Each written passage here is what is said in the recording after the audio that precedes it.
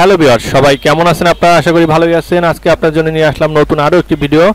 আজকের ভিডিওতে আপনারা দেখতে পারবেন প্রাইমারি প্রাথমিক শিক্ষক নিয়োগ যে সার্কুলারটি প্রকাশিত হয়েছে সেই বিস্তারিত সেই সম্পর্কে জানাবো। সো আপনারা কিন্তু অনেকেই জানেন না যে প্রাইমারি যে সহকারী শিক্ষক যে সার্কুলারটি সেটি কিন্তু প্রকাশিত হয়েছে।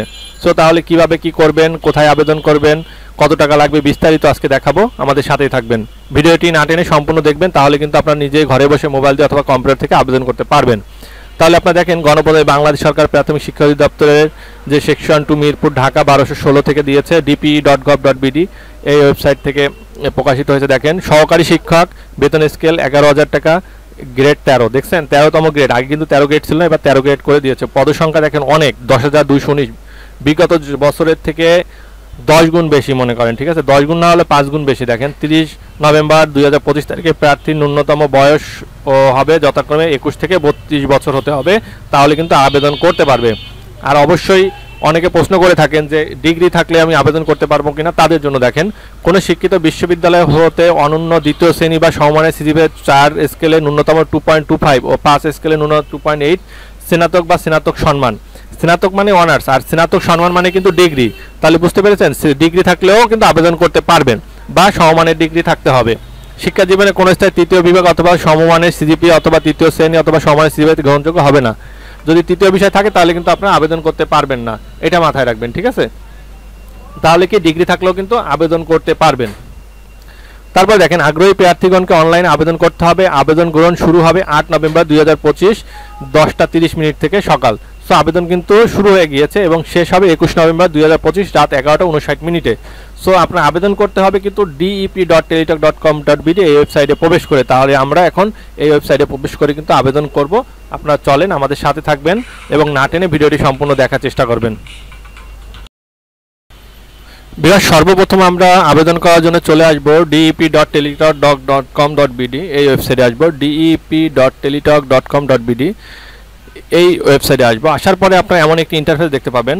দেখতে পাওয়ার পরে কিন্তু এখানে দেখেন অ্যাডভার্টিজমেন্ট আছে, রংপুর, বরিশাল, সিলেট, রাজশাহী, খুলনা, ময়মনসিংহ এই সব বিভাগের জন্য আছে। ডেট আছে কত থেকে কত সাল, কত তারিখ পর্যন্ত। দেখেন 8/11/2025 থেকে 21/11/2025 হচ্ছে গিয়ে লাস্ট ডেট। এরপর অ্যাপ্লিকেশন রেজিস্ট্রেশন, অ্যাপ্লিকেশন ফর্ম, আমরা অ্যাপ্লিকেশন ফর্মে চলে যাব। যাওয়ার পরে আমরা এমন একটি ইন্টারফেস আসবে, আমরা এখানে ক্লিক করব। এই পয়েন্টে ক্লিক করার পরে নেক্সটে ক্লিক করব। করার পরে দেখেন এই যে আপনাদের কাছে চাবে এসএসসি এইচএসসি ইনফরমেশন। এখানে আছে অ্যাসিস্ট্যান্ট টিচার সহকারী শিক্ষক। আপনারা কিন্তু মোবাইল থেকেও করতে পারবেন এবং ডেস্কটপ থেকে করতে পারবেন, যেটাই থেকে না করতে পারবেন। আমি কিন্তু ডেস্কটপ থেকে করতেছি, আপনারা দেখাচ্ছি, আপনার মোবাইলও সেমভাবে করবেন। আর এটির লিঙ্ক কিন্তু আমার ডেসক্রিপশন বক্সে দিয়ে দেবো, সেখান থেকে আপনারা চাইলে ডাউনলোড করে নিতে পারবেন। দেখেন এখানে আমি সর্বপ্রথম আমার এসএসসি রোল দিব, আপনাদের এইচএসসি রোল দিবেন। তো বোর্ড দিবেন, এখান থেকে এসএসসি রোল দিয়ে দিলাম। এবার রেশন নাম্বারটা মুখস্থ নাই, আমি রেশন নাম্বারটা অন্য জায়গা থেকে নিয়ে আসবো। আপনারা আপনাদের রেশন নাম্বারটি নিয়ে নেবেন আগে থেকে, ঠিক আছে? তাহলে কিন্তু আবেদন করতে সুবিধা হবে।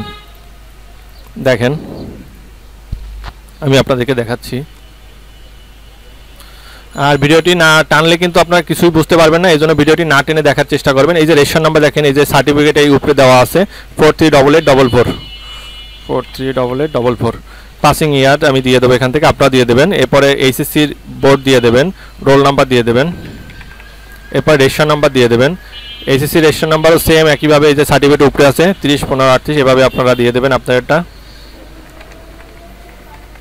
তারপরে 2000 আপনাদের পাসিং ইয়ার এইচএসসি দিয়ে দেবেন। তারপর নেক্সটে ক্লিক করবেন। দেখেন দেখি আমি দিয়ে দিচ্ছি কি বলছে। দেখেন SSC result less than the required, ঠিক আছে? এসএসসি রেজাল্ট তো সবই ঠিকই আছে, কিন্তু বাট লেস দেন বলতেছে কেন দেখি আমরা।